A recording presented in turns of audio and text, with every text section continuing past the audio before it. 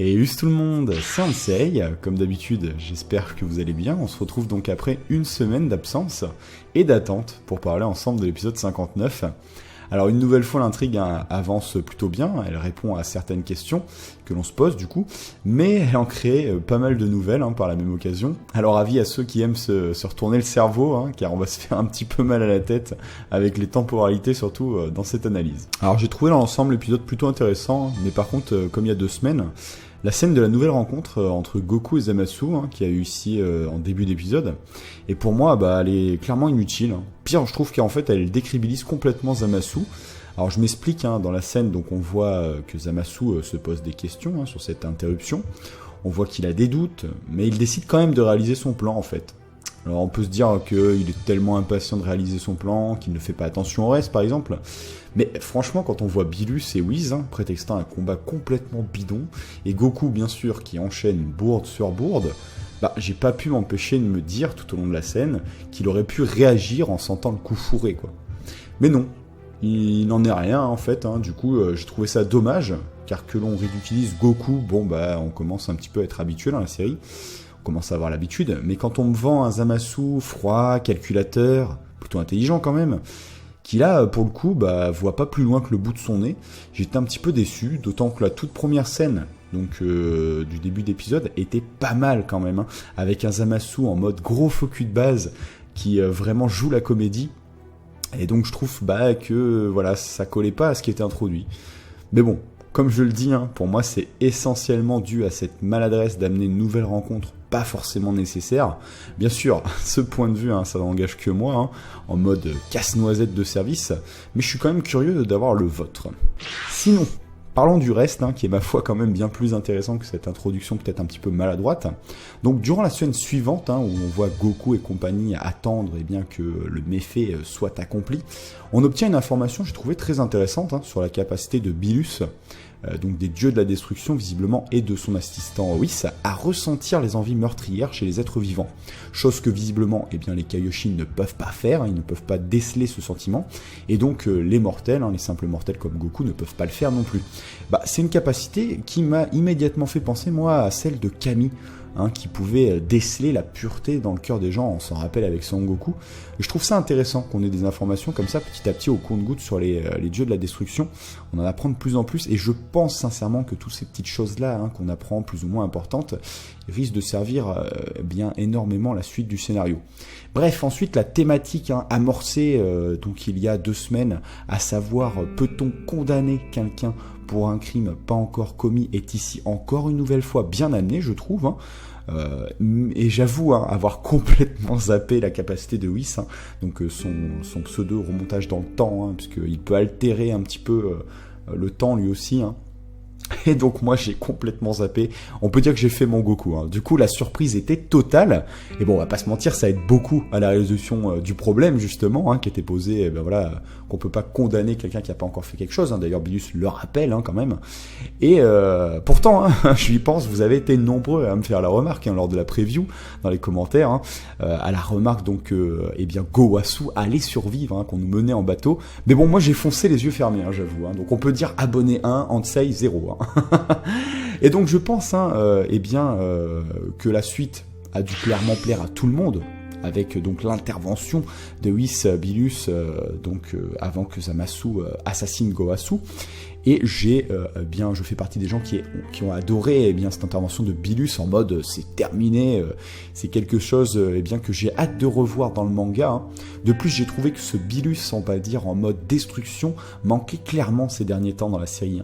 Après tout, finalement, depuis le premier arc, on l'avait pas revu, donc ça fait du bien de revoir ça et de se rappeler un petit peu quelle menace il peut représenter. Je me rappelle d'une scène un petit peu avant le tournoi entre les 2 univers où on laissait penser que Bilus pourrait faire quelque chose de très maléfique s'il avait les Super Dragon Ball et des doutes de Bulma. J'avais bien aimé cette idée qui était amorcée à ce moment-là, et donc cette prestance de Bilus en mode méchant, vous voyez, c'est quelque chose qui a petit à petit disparu dans l'œuvre, et j'étais content de retrouver un petit peu ça. Et donc j'ai bien aimé aussi l'évaporation de Zamasu et le doublage, d'ailleurs parlons-en, le doublage de son seiyuu à ce moment-là, avec ce mélange de surprise et de souffrance. J'ai pas pu m'empêcher moi perso de lâcher un sourire à ce moment-là, c'était vraiment jubilatoire. Ensuite l'échange entre Black et Mirai Zamasu était plutôt intéressant je trouve, étant donné que l'on ne sait toujours rien de leur relation. Whis, dans le précédent épisode, suppose que Black est une simple copie de Goku créée pour servir Zamasu à l'aide des Super Dragon Ball. Mais encore une fois, pour moi, le ton de Zamasu envers Black prouve le contraire. Quand on connaît l'importance des marques de respect dans le langage japonais, moi quand je vois Zamasu s'adresser à Black, pour moi il lui parle comme si vraiment ils étaient sur un pied d'égalité. Mais encore une fois, durant leur échange aussi, les réactions de Black sur les propos de Zamasu prouvent une nouvelle fois qu'on a bien affaire ici à un dieu. Je pense notamment à la remarque de Zamasu disant « Pour accomplir le plan zéro humain, nous avons besoin du pouvoir d'un humain. » Donc c'est ironique, mais ça appuie une nouvelle fois qu'il considère au moins Black comme une entité divine. Donc voilà, Black n'est pas un simple humain. Alors la réponse approche bientôt, on le sait.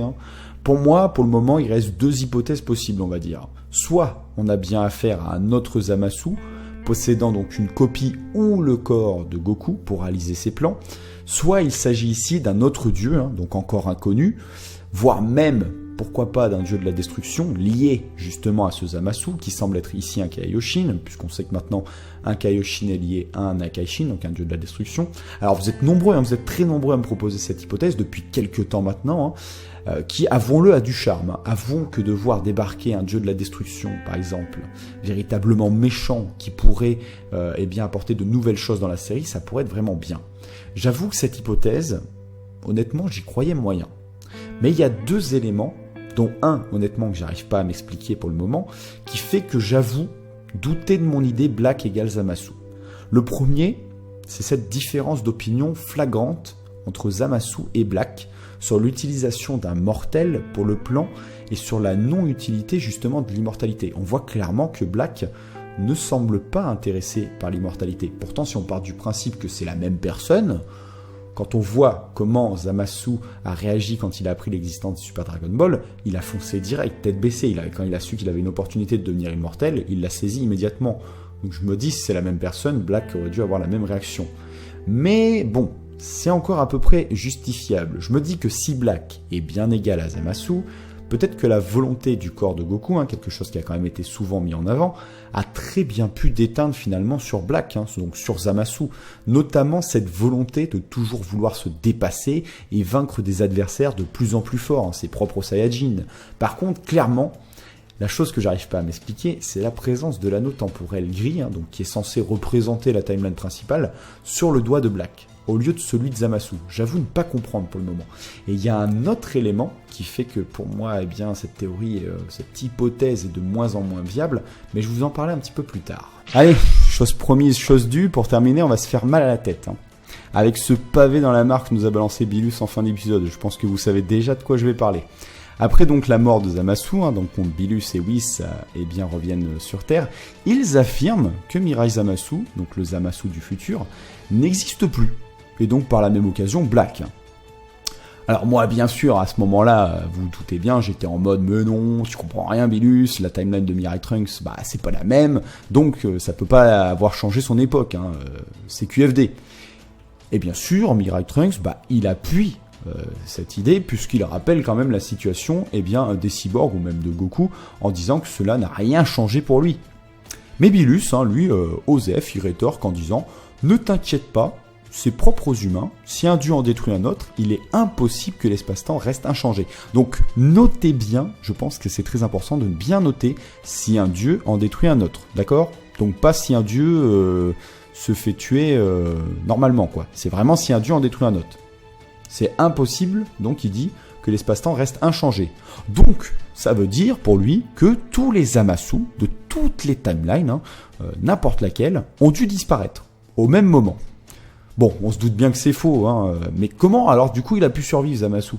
Alors ma petite idée, c'est que en partant du principe que le Zamasu que l'on voit dans le futur, donc le Zamasu avec les potes à la verte, on est d'accord, est un Zamasu qui a eu le temps de faire son vœu, Il a eu le temps, entre guillemets, d'amorcer son plan, et donc de devenir immortel. on peut se dire qu'il ne sera peut-être pas affecté par cette mort qui semblait inévitable.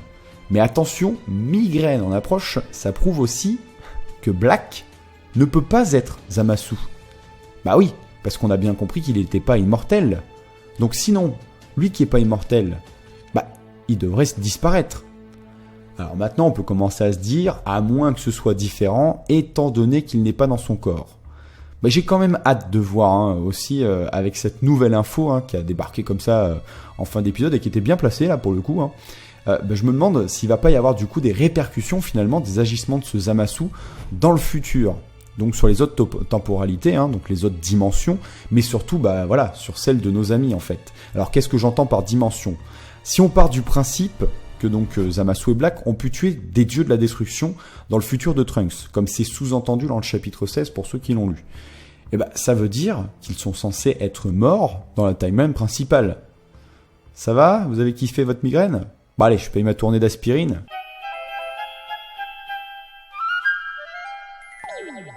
Allez, comme d'habitude, on va terminer cette petite vidéo analyse avec la preview de l'épisode 60 que j'attends énormément puisque ça annonce on va dire la conclusion, enfin la révélation de l'intrigue autour de Black puisqu'on va nous révéler visiblement son identité. Donc j'ai hâte, j'ai vraiment hâte, j'ai hâte de voir si dans toutes les hypothèses que nous avons émises tous ensemble, si on a eu un peu du juste, ou si on s'est complètement planté et qu'ils vont vraiment créer la surprise. Donc j'ai hâte de voir s'ils vont créer la surprise, si on a réussi à déceler certaines choses de l'intrigue ou pas du tout. Forcément, on a toujours hâte. Et puis j'ai hâte quand même de savoir un petit peu d'où il sort ce Black.